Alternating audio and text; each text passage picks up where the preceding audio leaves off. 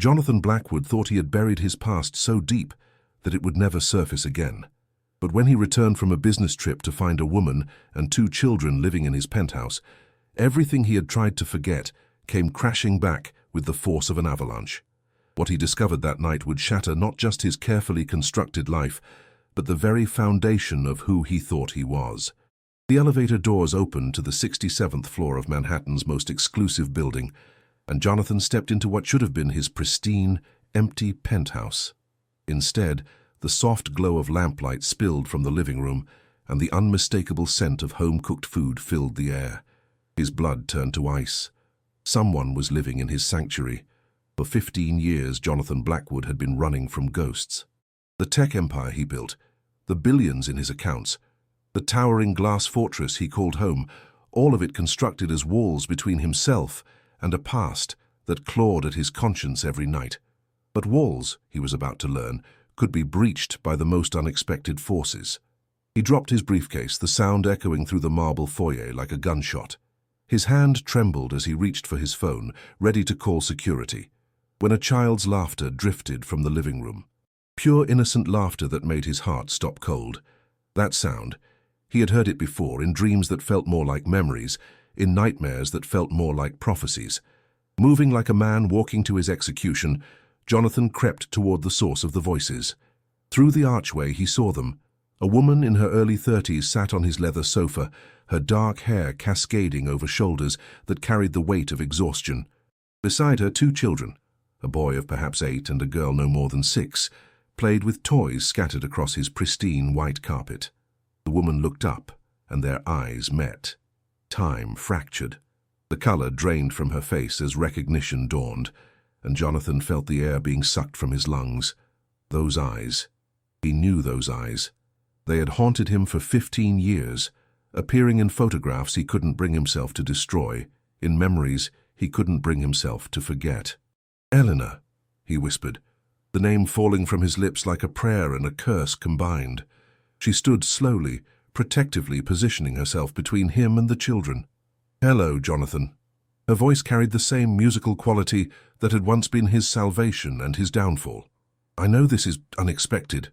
The boy looked up from his toys, and Jonathan's world tilted on its axis. Those features, that jawline, the way his dark hair fell across his forehead, it was like looking into a mirror that reflected not his present, but his past. The child had his eyes, his nose, his stubborn chin. Jonathan gripped the doorframe, his knees threatening to buckle. "How long have you been here?" he managed, his voice hoarse. 3 weeks, Elena replied, her chin lifting with defiance that he remembered all too well. "Your building manager, Marcus, he helped us. He said the penthouse had been empty for months." Marcus. Jonathan's mind raced. His building manager, the one man who knew about the shell companies, the false identities, the elaborate web of deception that had kept his past buried. The man who knew exactly who Jonathan Blackwood really was, and who he used to be. The little girl tugged at Elena's dress. "Mama, who is the man?" Elena's eyes filled with tears as she knelt beside her daughter. This is Jonathan, sweetheart. The man I told you about." Jonathan felt the blood drain from his face. "Elena, what are you doing here? How did you find me?" She stood again, squaring her shoulders.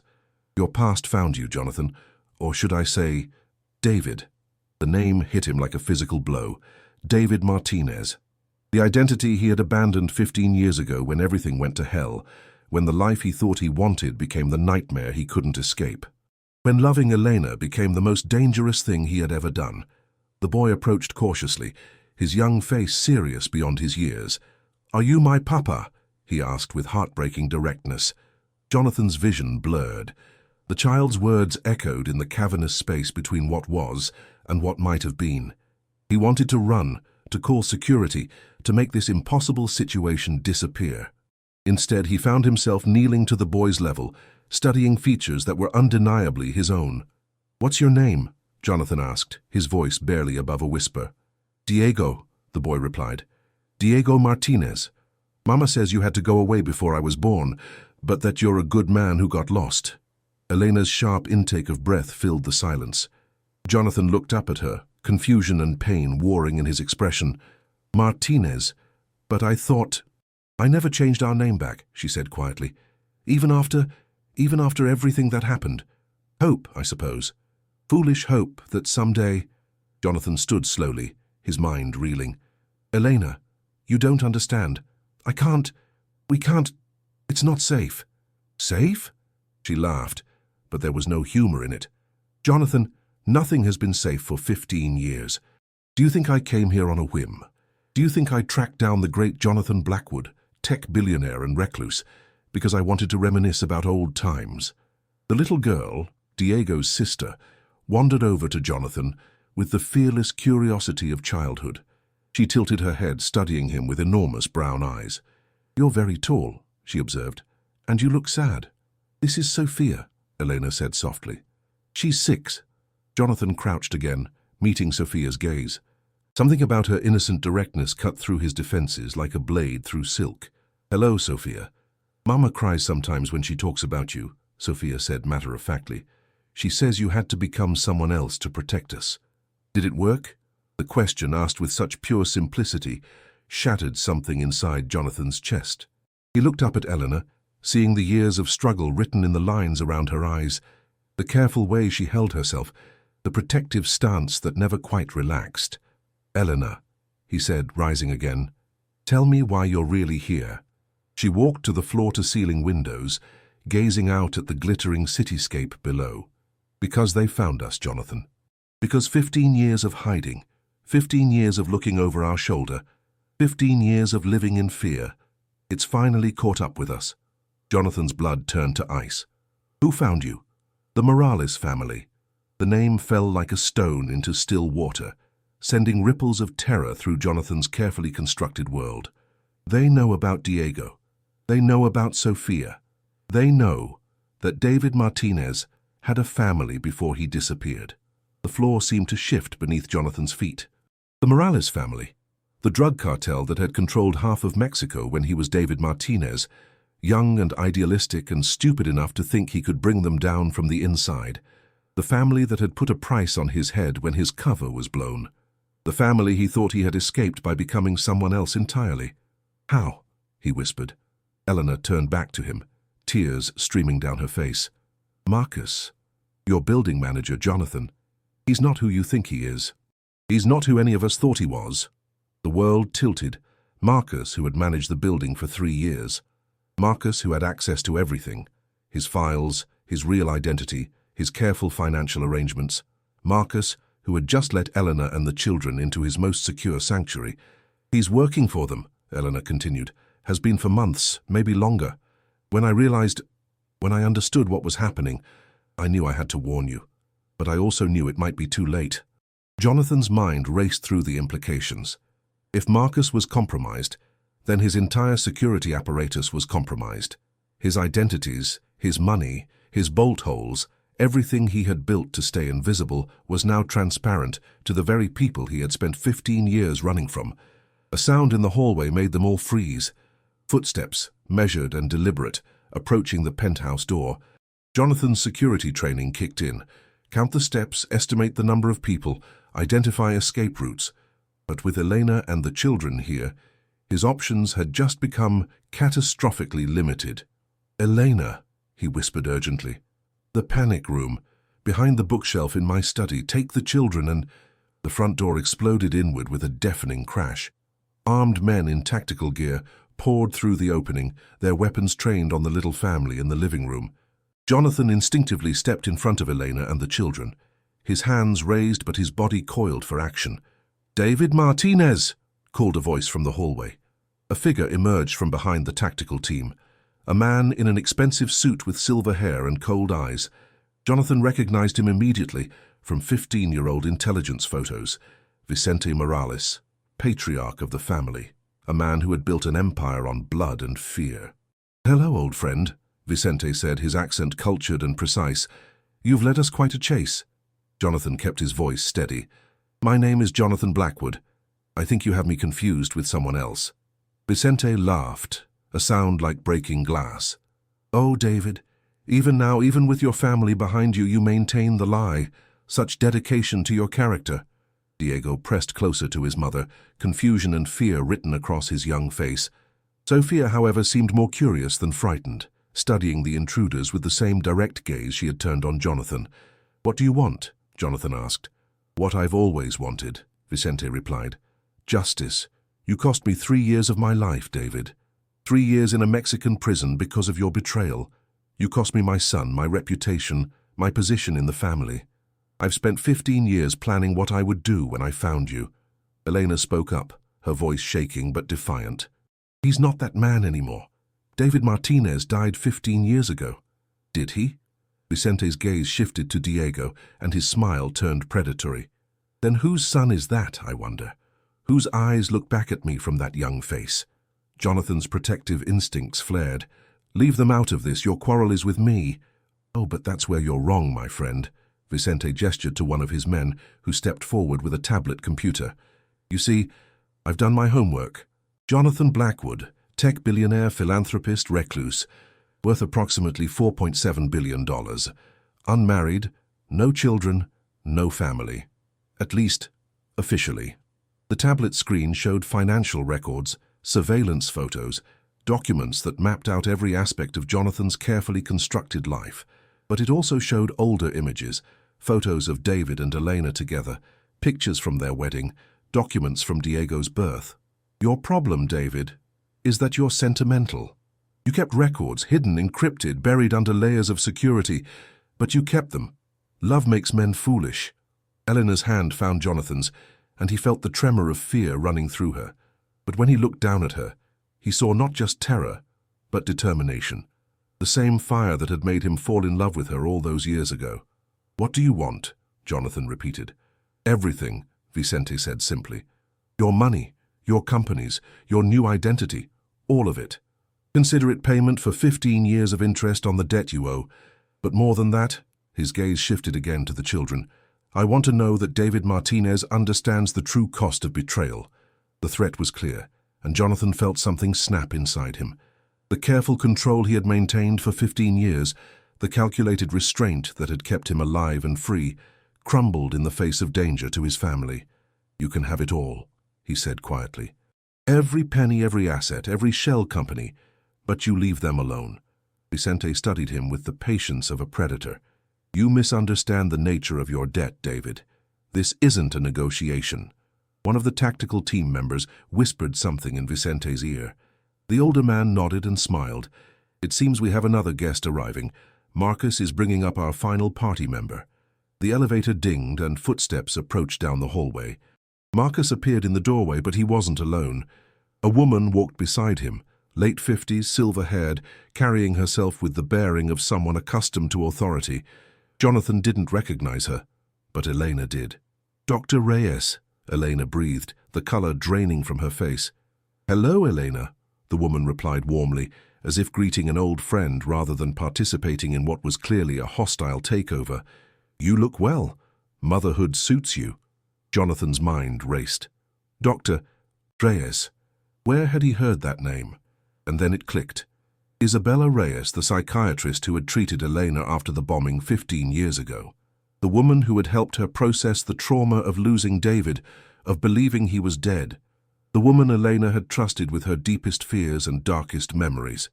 "You understand now," Vicente said, watching Jonathan's face. "Dr. Reyes has been helpful in understanding Elena's psychological profile.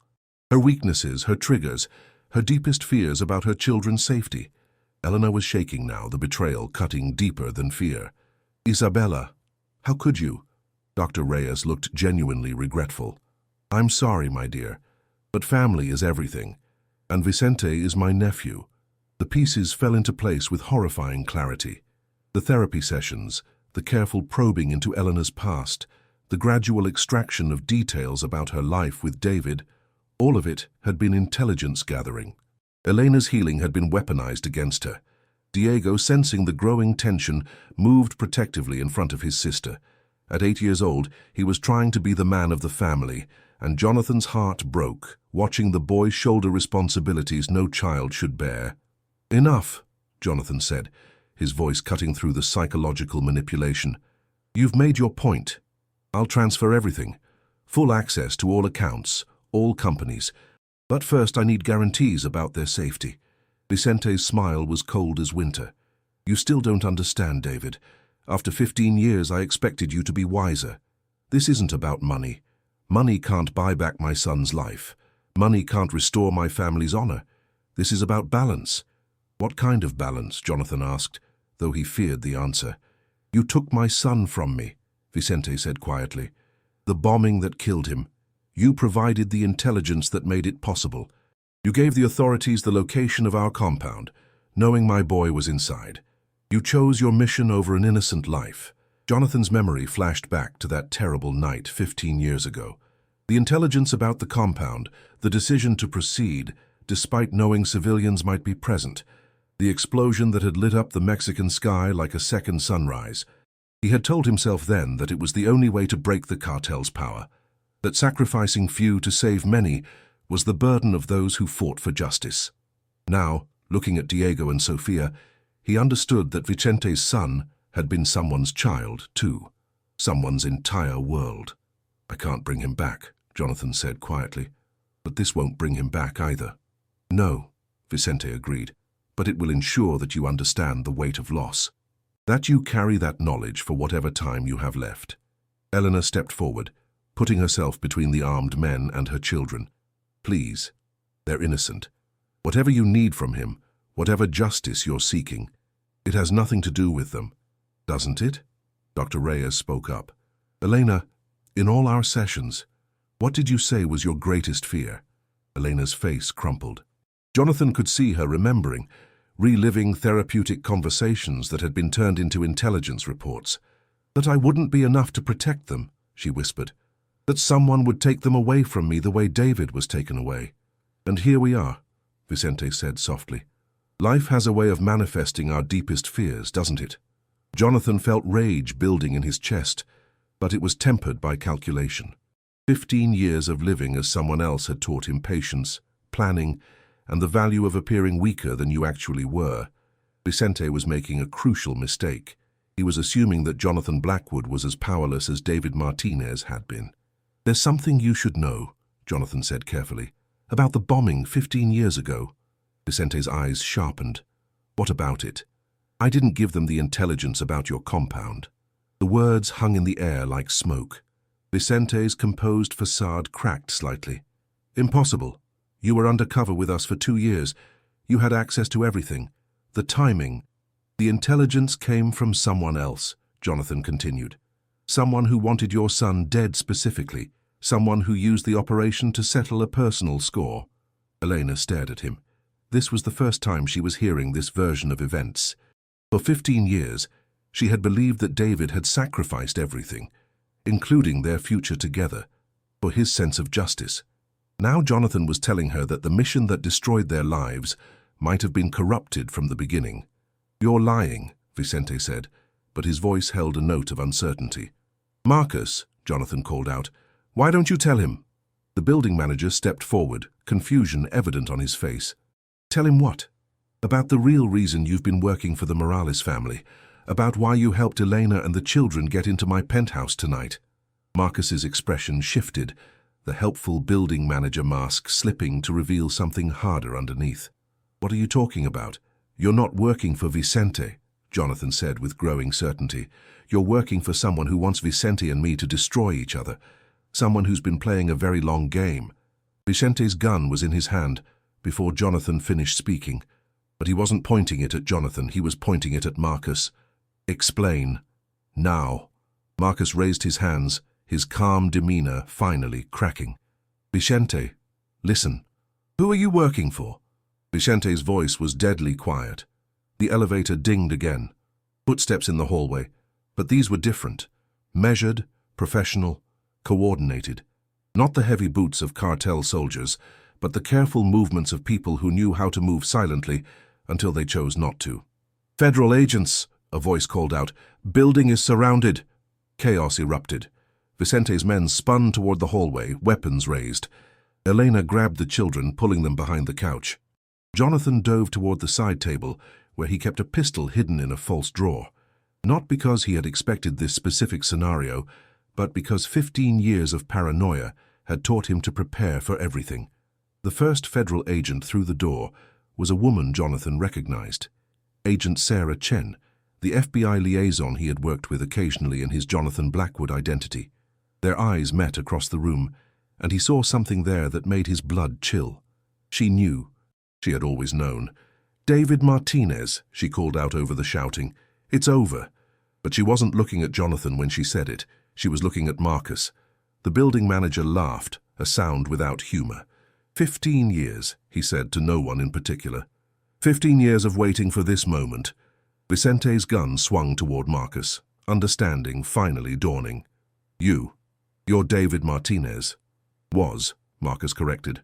I've been Jonathan Blackwood's building manager for 3 years, feeding information to the Morales family, waiting for the right moment to bring everyone together in one place. Elena's gasp was audible even over the chaos. But that means Jonathan really is innocent, Marcus said, looking at her with something like regret. He never betrayed the operation. I did. I gave the intelligence about the compound to the feds, knowing your son was inside, he said to Vicente. I wanted the Morales family destroyed and I didn't care about collateral damage. Why? Vicente demanded. Marcus, David Martinez, smiled bitterly. Because you killed my sister. Not in some operation, not as part of a war, but because she witnessed something she shouldn't have. You had her murdered to keep her quiet, and then you forgot she ever existed. But I didn't forget. The federal agents were shouting commands. Vicente's men were shouting back.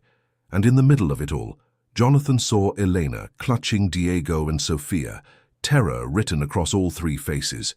He made a decision. 15 years ago, as David Martinez, he had chosen the mission over the person he loved.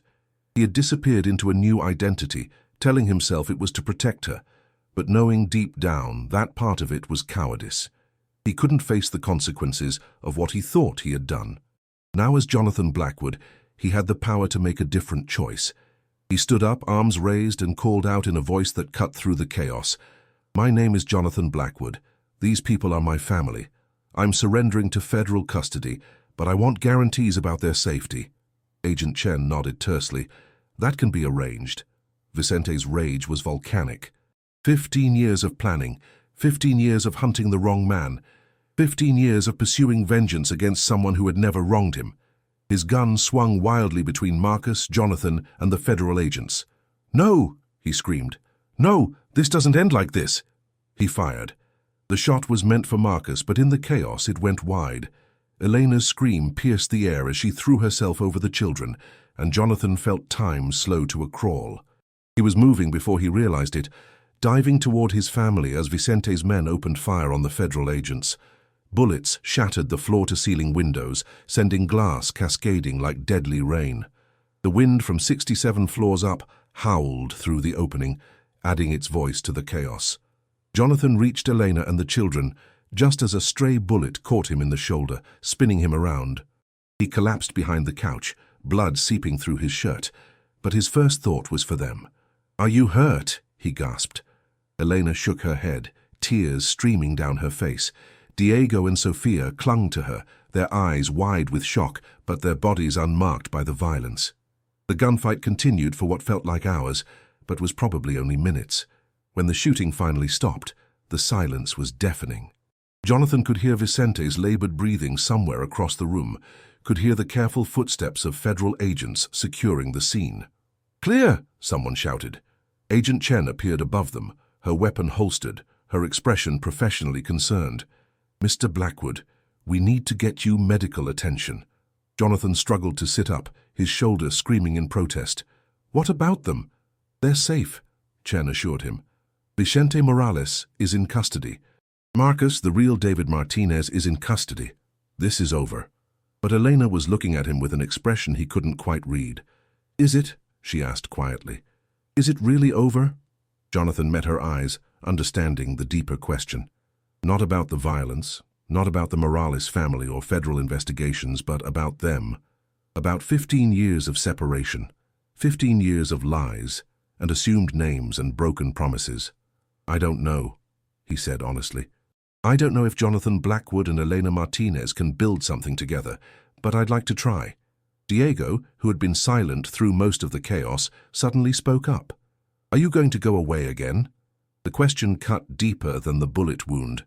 Jonathan looked at the boy, his son, and saw not accusation but hope. After everything that had happened, after all the violence and betrayal and lies, this child was still willing to trust.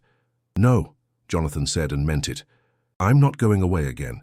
Sophia, with the resilience of childhood, had already moved on from the trauma to more practical concerns. "Does this mean we can live in the big house now?" Elena laughed through her tears, the first genuine laughter Jonathan had heard from her in 15 years. "We'll have to see, sweetheart." "Actually," Agent Chen interjected, "there are going to be some complications. Mr. Blackwood, or whoever you are now, you're going to need to come with us for debriefing. And there are questions about your finances, your business dealings, whether any of it was connected to—" Jonathan held up his uninjured hand. "Agent Chen, I've been preparing for this conversation for 3 years, ever since I realized that my past would eventually catch up with me.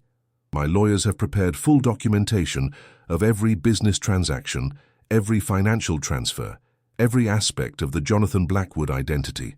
You'll find that while creative, none of it was illegal. And the David Martinez identity died 15 years ago," Jonathan said firmly, "when the man I thought I was turned out to be someone I couldn't live with." Elena reached out and took his hand. "But maybe," she said quietly, "he can come back as someone better." 6 months later, Jonathan stood in a courtroom as a federal judge reviewed the final plea agreement. The charges against him had been reduced to identity fraud and tax evasion. Serious, but not devastating. His cooperation with multiple federal investigations into cartel activities had been valuable enough to warrant leniency.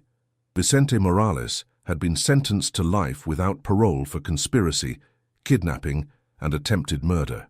The real David Martinez, the building manager who had orchestrated the whole confrontation, had received 25 years for his role in the compound bombing and subsequent cover-up. Dr. Reyes had lost her license and received 5 years for her participation in the psychological manipulation of Elena and the children. But the legal aftermath was almost secondary to the personal reckoning that had consumed Jonathan's life for the past half-year. Learning to be a father at 38 was challenging enough. Learning to be a father while discovering his own identity was something else entirely.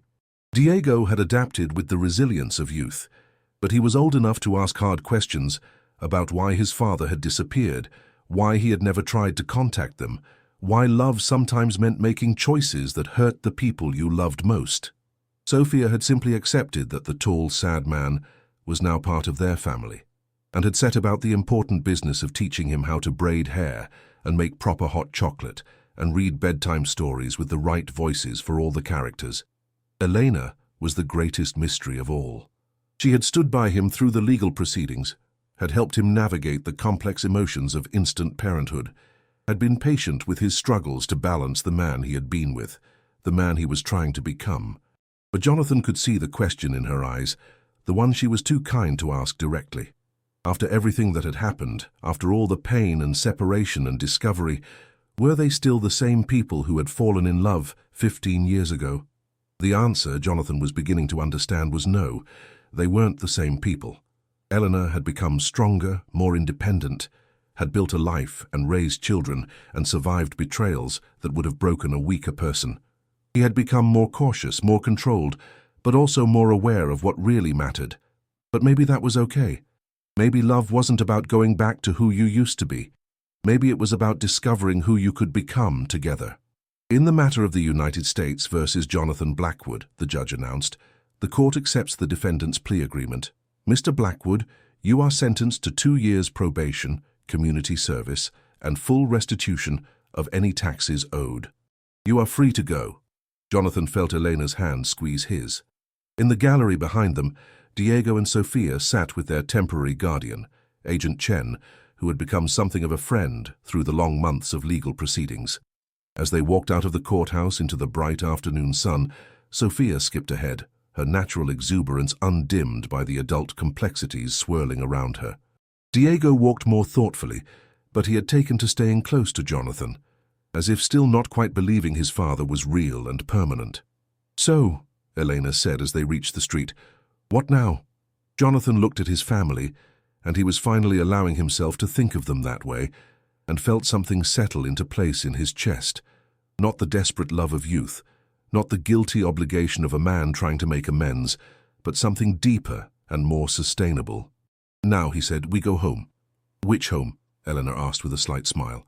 Jonathan had kept the penthouse, but it felt too much like a fortress, too much like hiding. Instead, they had found a house in Westchester, big enough for a family, but warm enough to feel like one.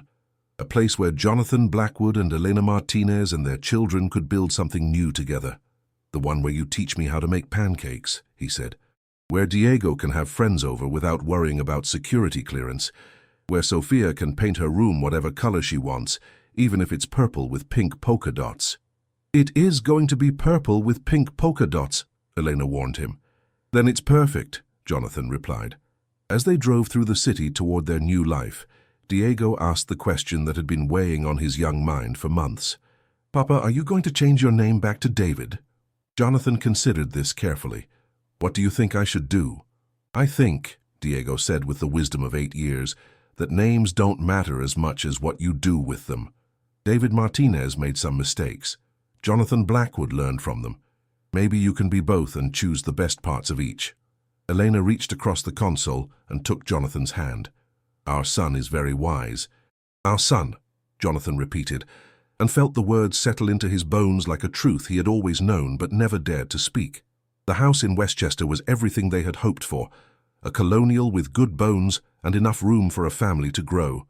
The backyard was large enough for a swing set, which Jonathan assembled with Diego's help on their first weekend, while Sophia supervised from her perch on the back steps, offering commentary that was both completely unhelpful and absolutely essential. Elena had taken a position at a local practice, using her psychology degree to help other trauma survivors rebuild their lives. Jonathan had stepped back from active management of his companies, focusing instead on the philanthropic foundation he had established, specifically programs that helped children and families affected by violence. It wasn't a fairy tale ending.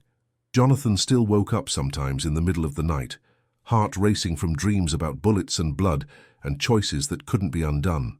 Elena still struggled with trust, still found herself checking locks and looking over her shoulder when they were in public. But they were learning together that healing wasn't about forgetting the past or pretending it hadn't happened. It was about integrating the pain into something larger, something that could hold both the darkness and the light. On a warm Saturday morning, 6 months after the trial, Jonathan was in the kitchen trying to remember Elena's instructions for pancakes when Sophia wandered in, her hair still messy from sleep. "Papa," she said, climbing onto a stool at the kitchen island, "why do you look sad sometimes when you think no one is watching?" Jonathan paused in his mixing, struck again by his daughter's ability to see straight to the heart of things. "Because I'm still learning how to be happy, sweetheart. For a long time I thought I didn't deserve to be." "That's silly," Sophia said matter-of-factly. "Everyone deserves to be happy. That's what Mama says." "Your Mama is very smart." "She is," Sophia agreed. "She says you just forgot for a while, but now you're remembering." Elena appeared in the doorway, drawn by the scent of coffee and the sound of their voices. She was wearing one of Jonathan's shirts over pajama pants, her hair pulled back in a messy ponytail, and Jonathan thought she had never looked more beautiful.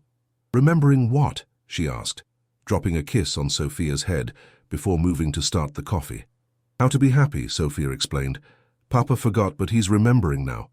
Elena met Jonathan's eyes over their daughter's head. "Yes," she said softly.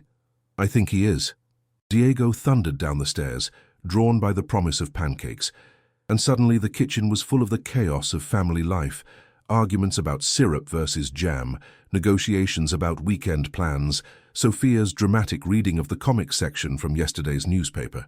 Jonathan stood at the stove, flipping pancakes that were only slightly burned, listening to his family plan their day, and felt something he had almost forgotten existed: contentment. Not the desperate happiness of escape, not the guilty pleasure of stolen moments, but the deep satisfaction of being exactly where he belonged.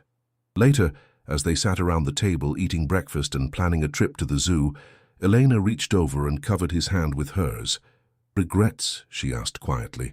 Jonathan looked around the table, at Diego carefully cutting his pancakes into perfect squares, At Sophia trying to sneak pieces of bacon to the dog they weren't supposed to have gotten, at Elena herself, beautiful and patient and stronger than anyone should have to be. About the 15 years, he said, about the choices that kept us apart, yes, but about everything that led us here, to this moment, to this family. He shook his head. No regrets about that. Good, Elena said and squeezed his hand, because this is just the beginning. Outside, the sun climbed higher in a cloudless sky, and inside the house in Westchester, a family that had been broken apart by secrets and lies and the terrible weight of the past was building something new together. Not because they could forget what had happened, but because they had learned that love was strong enough to carry the weight of truth.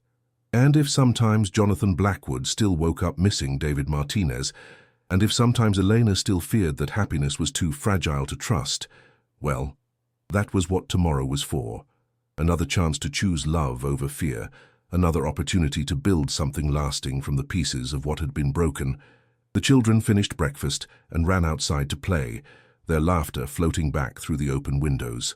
Elena began clearing the table, humming a song Jonathan remembered from 15 years ago. And Jonathan stood at the window, watching his son and daughter chase each other through the yard, and felt the last walls around his heart finally, completely, crumble. He was home, not because he had found his way back to who he used to be, but because he had learned, finally, how to become who he was meant to be. And that was enough. More than enough. It was everything. If you found this story powerful, please subscribe to our channel for more incredible tales of love, loss, and redemption. Hit that like button to support our storytelling and ring the notification bell so you never miss an upload. Your support means everything to us, and it helps us continue bringing you the most compelling stories from the depths of the human experience. Until next time, remember that it's never too late to choose love over fear, and that the strongest families are forged not in perfection, but in the courage to face truth together.